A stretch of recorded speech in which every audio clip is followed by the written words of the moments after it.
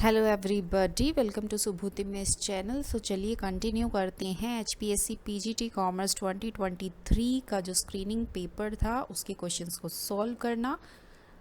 45 questions हम कर चुके हैं और इस वीडियो में I will complete all the 80 question. Remaining 35 question I will be completing.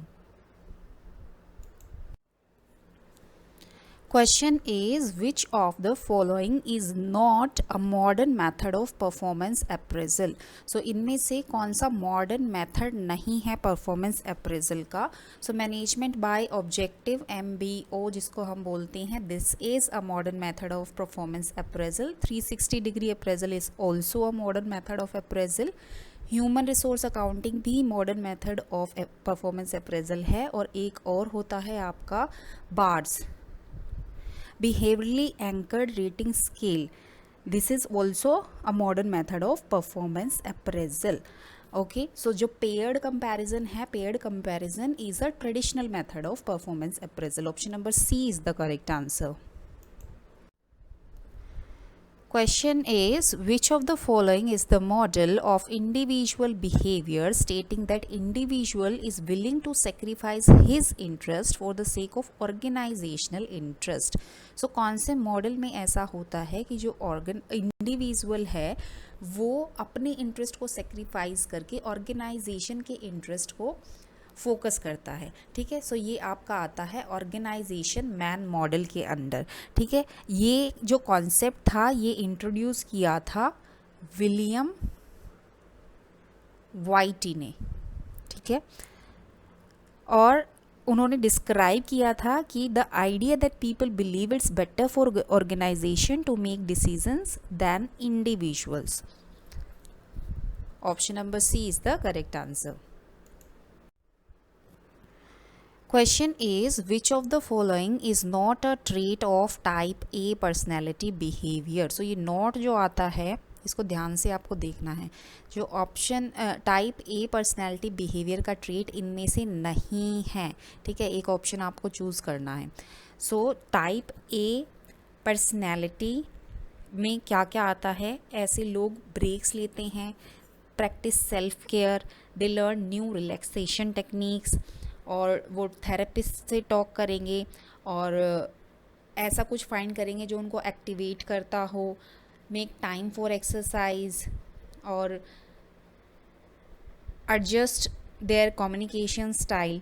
So type A personalities are often characterized by traits like ambition, drive and competitiveness. But उनमें क्या होता है, वो इम्पेशेंट भी होते हैं, होस्टाइल भी होते हैं और उनको ट्रबल भी लगता है रिलैक्स करते time.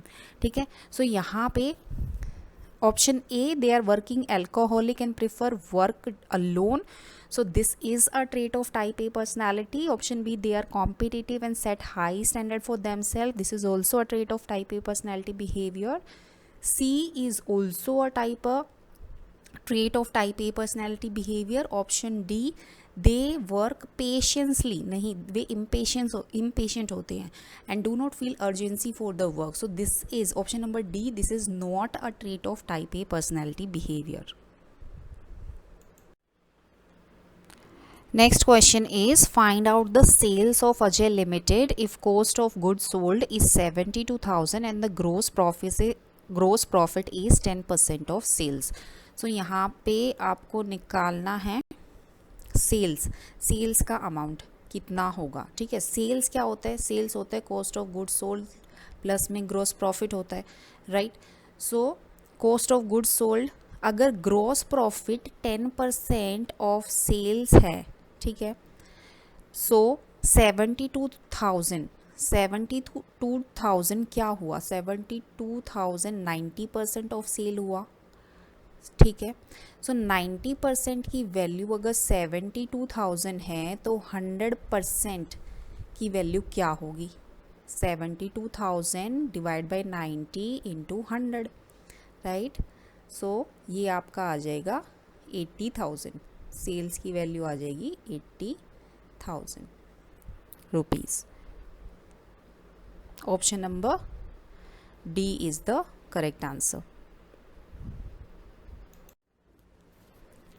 Question is compute the gross profit of Vishal Limited if stock turnover is 10 times, average stock is 8,000 and selling price is 20% above cost.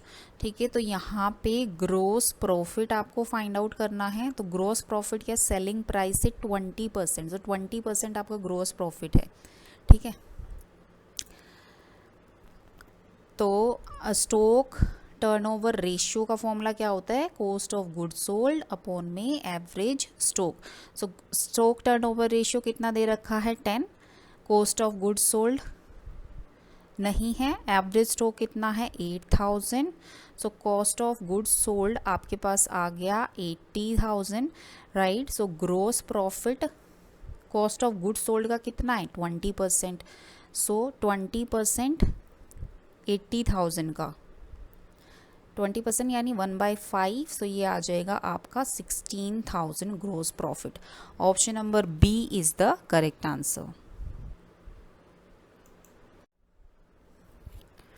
Next question. Surendra and Om Prakash are partners in a firm sharing profits in the ratio of 5:2. They admit Kulbhushan as a partner for 1/3 share in the profits of the firm. The new profit sharing ratio will be. So नई profit sharing ratio क्या होगी? तो चलिए calculate करते हैं. तो सुरेंद्र और ओम प्रकाश का जो प्रॉफिट शेयरिंग रेशियो है वो 5:2 है.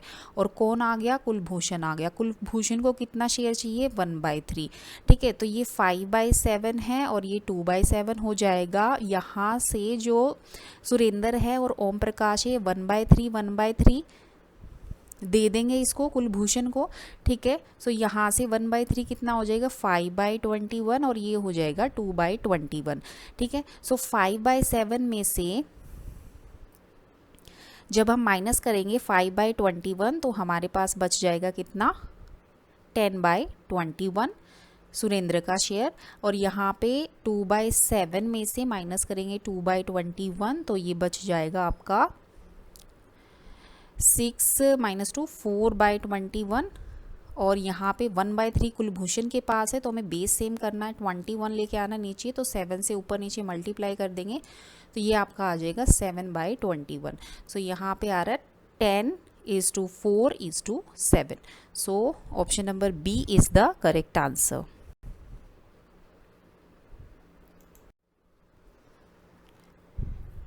Next question. YSS Limited forfeited 200 share of ₹10 each on which ₹6 per share has been paid.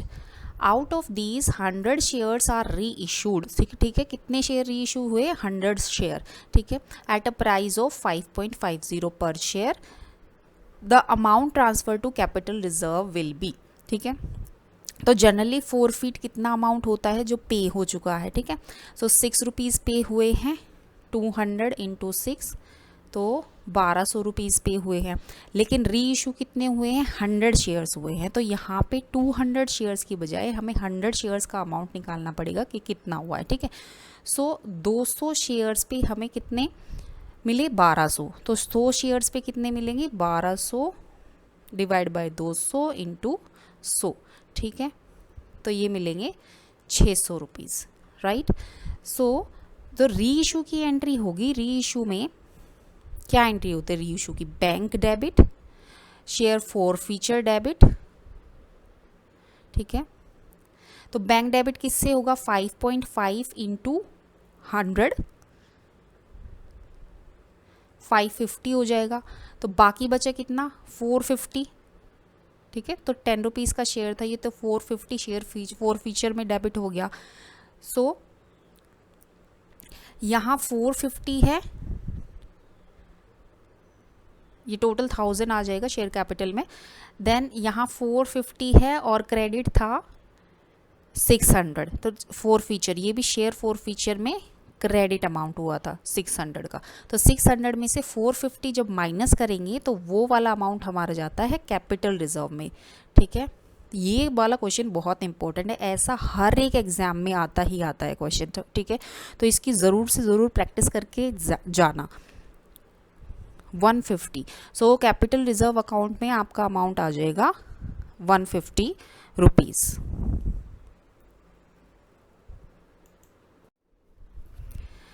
Next question, which of the following conditions is not correct about the compulsory winding up by court.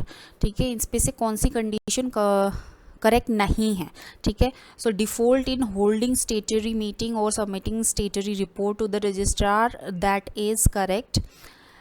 Option C, if company is unable to pay its debt, that is also correct, compulsory wind up होगा। Option D, if court is of opinion that it is just and equitable that company should be wind up, तो this is also correct। so यहाँ पे option number ए जो है, if a company has passed ordinary resolution for wound up by court, so यहाँ से ordinary resolution नहीं पास होता है, special resolution पास होता है। ठीक है, so that's why this statement is not correct। ठीक है, option number A is the correct answer. Next question, find out the operating ratio if the cost of goods sold is 3,50,000, operating expenses 50,000 and net sales is 5 lakh। So operating ratio आपको निकालना है। operating ratio का जो formula होता है वो क्या होता है, operating cost divide by net sales। तो यहाँ से हमें operating cost निकालनी पड़ेगी। operating cost कैसे निकलती है, cost of goods sold plus में operating expenses. So cost of goods sold कितना है, 3,50,000, ऑपरेटिंग एक्सपेंसेस कितना है, 50,000, राइट। सो ये टोटल हो गया ऑपरेटिंग कॉस्ट कितना, 4 लाख, राइट। और सेल्स आपके पास कितनी है, 5 लाख। ओके, सो ऑपरेटिंग रेशियो कितना आ जाएगा, ऑपरेटिंग कॉस्ट कितनी है, 4 lakh and divide bye 5 into 100। ठीक है, तो ये आपका आ जाएगा 80%।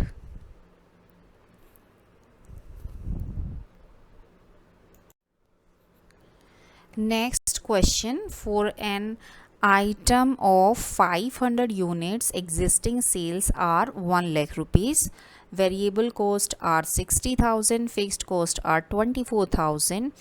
If selling price is reduced by 10%, then which of the following is the break even point sales quantity?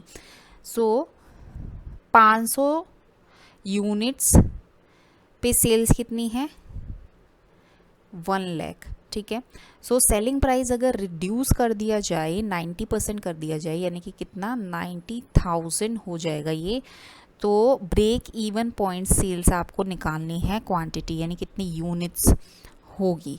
ठीक है, सो यहाँ से हम कंट्रीब्यूशन निकाल लेते हैं, कंट्रीब्यूशन पर यूनिट करके, पर यूनिट। सो वो क्या हो जाएगा, 90,000 जो कि सेल्स है माइनस में वेरिएबल कॉस्ट। ठीक है, पर यूनिट निकालेंगे तो 500 से डिवाइड कर देंगे दोनों को, तो ये आपका आ जाएगा 180 माइनस में 120, तो 160 कंट्रीब्यूशन आ गया, राइट।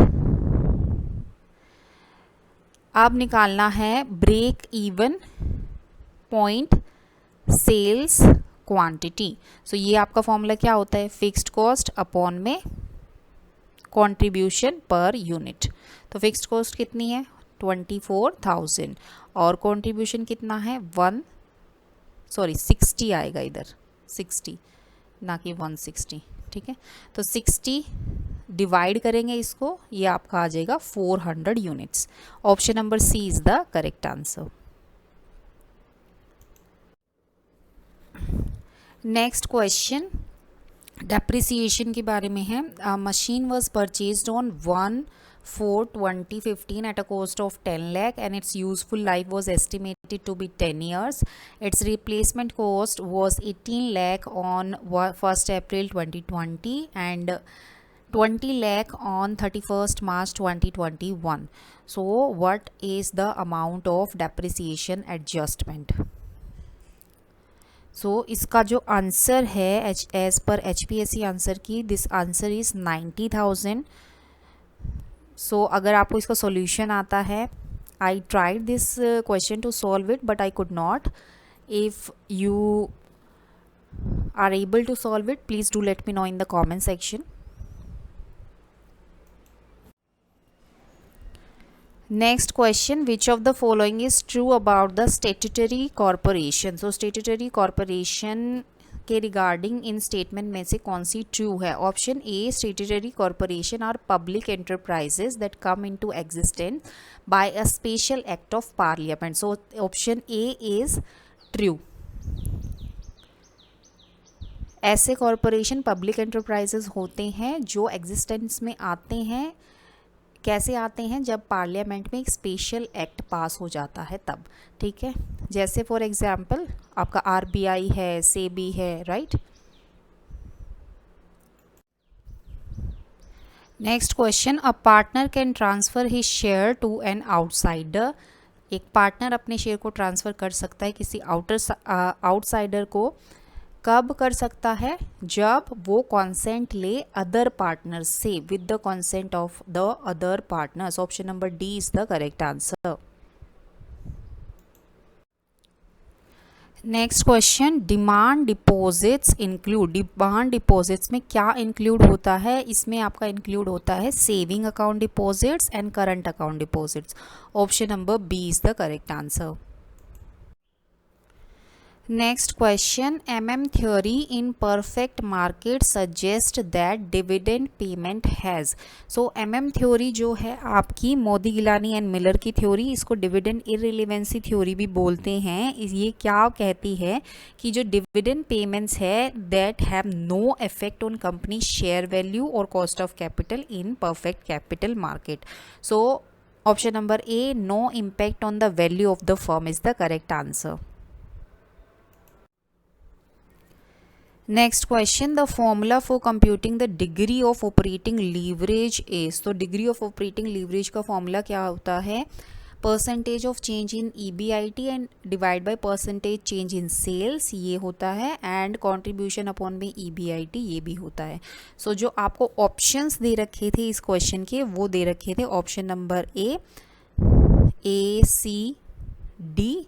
ऑप्शन नंबर B दे रखा था B, C and D। Option number C दे रखा था A एंड D। और ऑप्शन नंबर D दे रखा था A एंड C। और ऑप्शन नंबर E क्या होता है? ऑप्शन नंबर E क्या होता है? क्वेश्चन नॉट अटेम्प्टेड, ठीक है, question not attempted.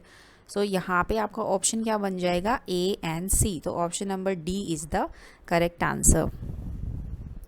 So degree of operating leverage, degree of financial leverage, degree of combined leverage, तीनों फॉर्मूले पक्का से याद कर लेने हैं आपको।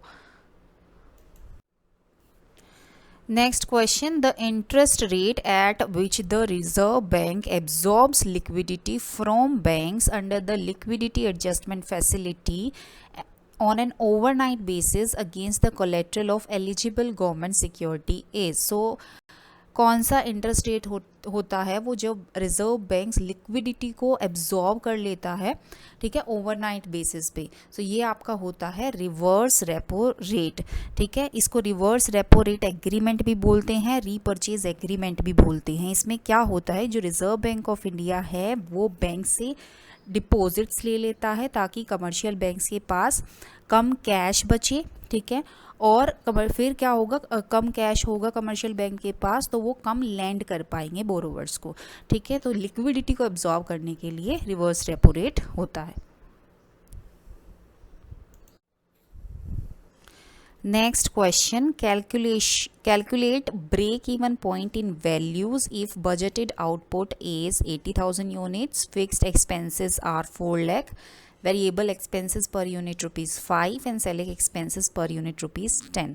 तो सेलिंग एक्सपेंसेस पर यूनिट कितना है? इधर 10 है, तो सेल्स कितनी आ जाएगी? 80,000 इंटू 10, 8 lakh, राइट। अब इसमें से हम माइनस क्या कर देंगे? वेरिएबल कॉस्ट माइनस कर देते हैं। वेरिएबल एक्सपेंसेस जो आपकी है 5 इंटू 80,000, ये आ जाएगा 4 lakh। तो कंट्रीब्यूशन आ गया आपका 4 lakh। देन इसमें से माइनस करेंगे फिक्स्ड कॉस्ट और फिक्स्ड एक्सपेंसेस जो कि है 4 lakh.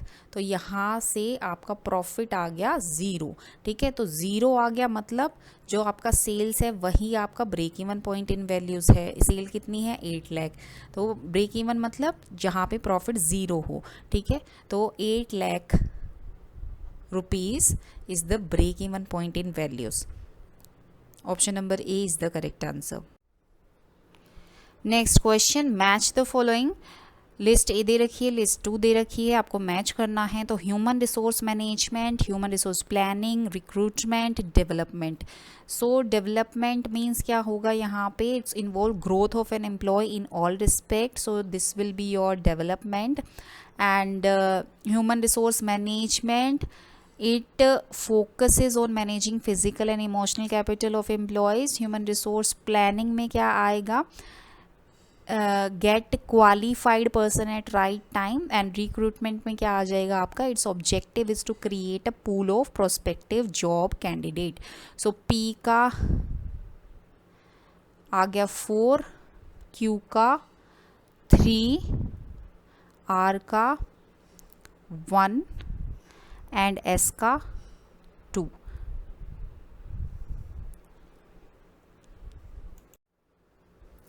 Next question, match the following. List 1 and list 2, real needs, unstated needs, delight needs, secret needs. So real needs क्या होंगी, जब कस्टमर कार चाहता है, ठीक है, at low operational cost and not initial cost, so this will be the real cost.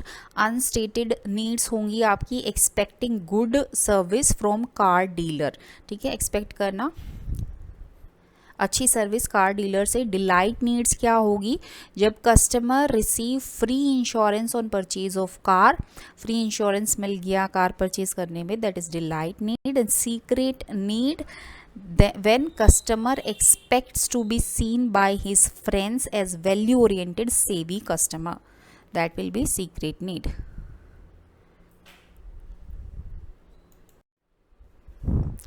Next question, list 1, list 2, you have to match forming, storming, norming and performing.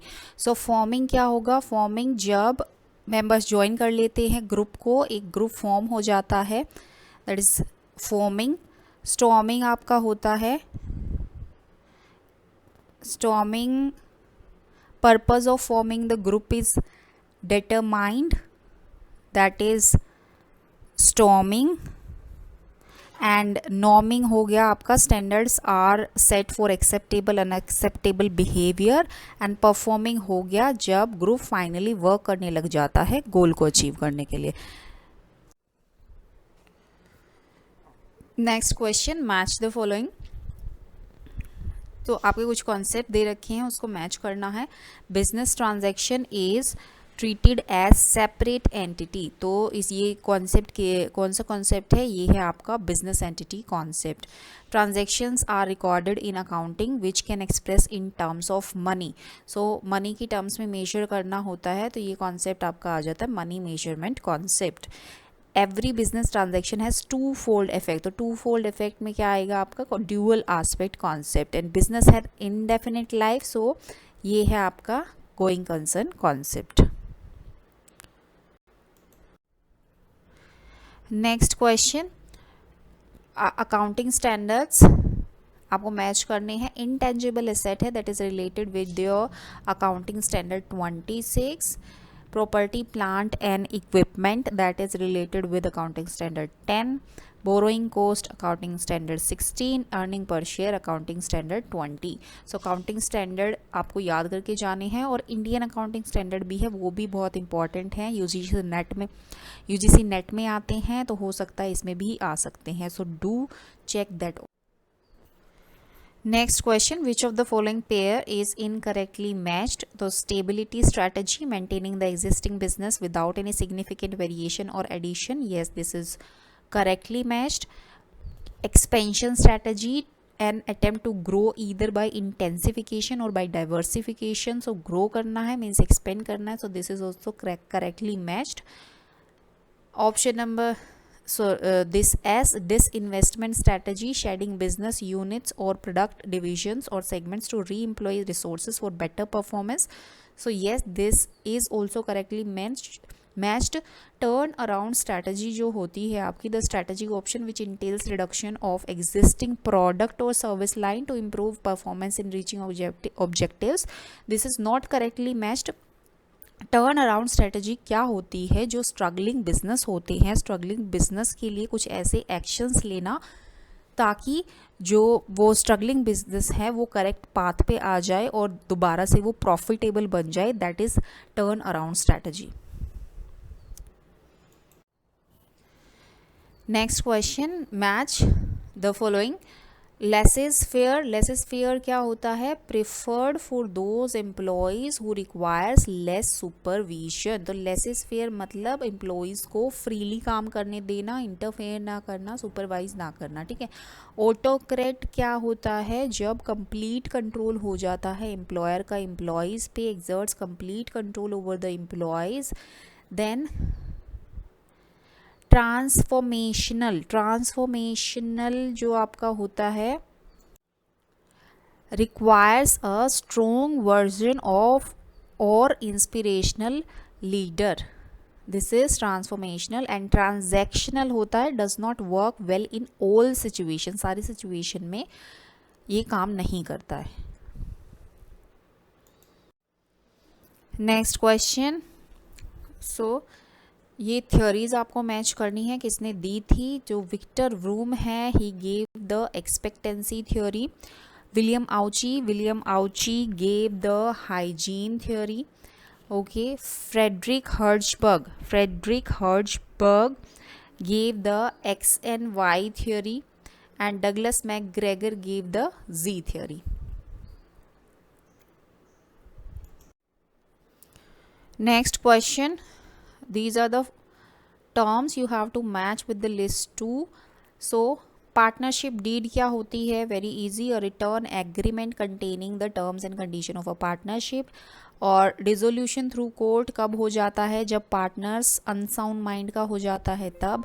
Joint venture कब होता है? जब partnership formed a specific venture. Dormant partner कौन होता है? Who does not take part in the management of the firm. Next question. तो ये आपके स्टेटमेंट्स वाले क्वेश्चन हैं. 2 स्टेटमेंट्स दे रखी हैं और फिर आपको ऑप्शंस में से चूज करना है कौन सा ऑप्शन करेक्ट है. स्टेटमेंट 1 है, there is no standard method for environmental accounting. Statement 2, environmental accounting is applied to textile industry. Yes, both the statement are true. Option number C is the correct answer. Next question, assertion and reason का.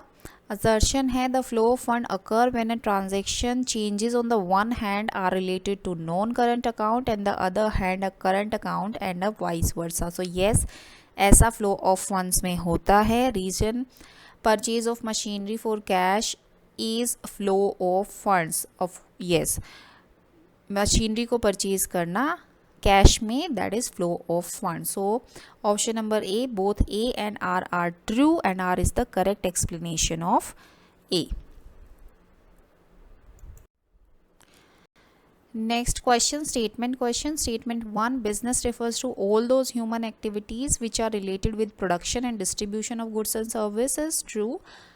Statement number 2, environment refers to all internal and external forces which have a bearing on the functioning of business. So both the statements are true. Option number C is the correct answer. Next question, statement question. Statement 1, the capital structure should involve minimum risk of financial insolvency. True. Statement 2, the use of excessive debts threatens the solvency of the company. That is also true. So both the statements are correct. Option number C is the correct answer. Next question, statement 1, a global depository receipt GDR is a bank certificate issued in more than one country for shares in a foreign company. This is true. Or statement 2, GDRs are called EDRs. EDRs means European Depository Receipt. when private markets are attempting to obtain euros. ठीक है, so both statement are correct. Option number C is the correct answer. Next question, statement 1, globalization implies integration of economy of country with global economy. True. Statement 2, globalization focused on industrialization. Yes, so both the statement are true. Option number C is the correct answer. Next question, assertion and reason का. Assertion है management is a dynamic function which is to be performed continuously. बिल्कुल true है. Reason है policies and procedure of management are quickly change to cope with the changing in the business environments. Very true. So इसका जो answer होगा option number A, both assertion and reason are true and R is the correct explanation of A. So option number A is the correct answer. Next, assertion and reason का question है. Assertion है staffing helps in obtaining right person for right position. Yes, staffing help करती है right position के लिए right person को obtain करना. Reason है selection is positive. तो सिलेक्शन का जो प्रोसेस होता है वो नेगेटिव होता है ना कि पॉजिटिव. सो जो रीज़न है that is incorrect. So option number C, A is correct but R is not correct, is the correct answer. So thank you so much. We have completed all the 80 questions. All the 80 questions we have completed. So thank you so much for watching the video. If you liked the content, please do like, share and subscribe my channel. Thank you so much.